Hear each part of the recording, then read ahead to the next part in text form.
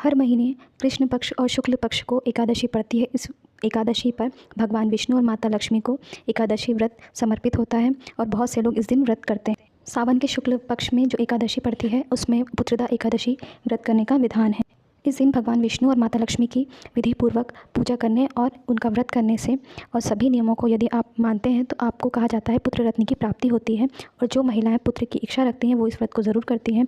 महिलाएं अपने पुत्र और अपने परिवार की लंबी आयु के लिए भी और घर में सुख समृद्धि के लिए भी इस व्रत को ज़रूर करती हैं। तो जो लोग भी इस व्रत को रखते हैं तो व्रत के दौरान खान पान के नियमों का और जो भी अलग नियम जो होते हैं इस व्रत के वो सभी नियम मानने चाहिए। उन सभी नियमों का पालन करना चाहिए। इसके साथ ही कई ऐसे नियम हैं जो पुत्रदा एकादशी के दिन आपको ध्यान रखने चाहिए और इन नियमों का पालन आपको ज़रूर करना चाहिए। पुत्रदा एकादशी में आपको किन नियमों का पालन करना चाहिए, किन नियमों का पालन आपको ध्यान रखना चाहिए, इन सभी बातों को मैं इस वीडियो में बताने वाली हूँ। तो चलिए वीडियो को स्टार्ट करते हैं। पुत्रदा एकादशी के दिन आपको किन नियमों को मानना चाहिए, क्या करना चाहिए, मैं उस बारे में बताती हूँ। तो पुत्रदा एकादशी के दिन आपको सुबह ब्रह्म मुहूर्त में स्नान करना चाहिए।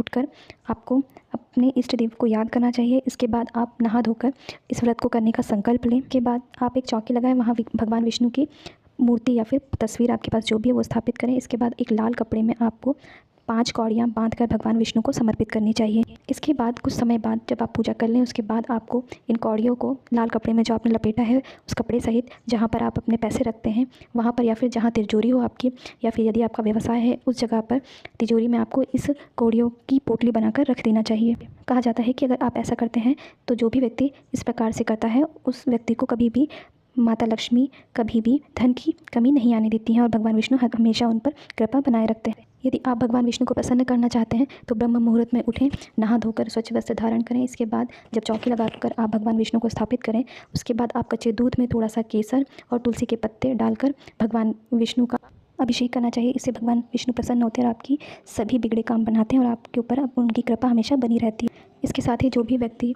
या महिला अपने घर में अपने वैवाहिक जीवन को लेकर परेशान है तो महिला को अपने पति के साथ इस दिन भगवान विष्णु के साथ साथ माता लक्ष्मी की और माता तुलसी की भी पूजा ज़रूर करनी चाहिए।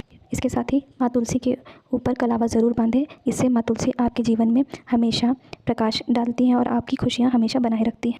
इससे आपके जीवन में और आपके वैवाहिक जीवन में हमेशा खुशियाँ बनी रहती हैं। इसके साथ ही चलिए अब आपको बता दें कि कौन सी चीज़ें आपको नहीं करनी चाहिए। कहा जाता है कि पुत्रदा एकादशी के दिन आपको तुलसी के पत्ते नहीं तोड़ने चाहिए और तुलसी में आपको जल भी नहीं समर्पित करना चाहिए। इसके साथ ही यदि आप व्रत रख रहे हैं तो इस दिन आप काले कपड़े ना पहनें। इसके साथ ही यदि आप पुत्रदा एकादशी का व्रत रख रहे हैं तो आप इस दिन साबुन तेल का प्रयोग बिल्कुल भी ना करें। इसके साथ ही इस दिन बालों को धोना भी निषेध माना गया है।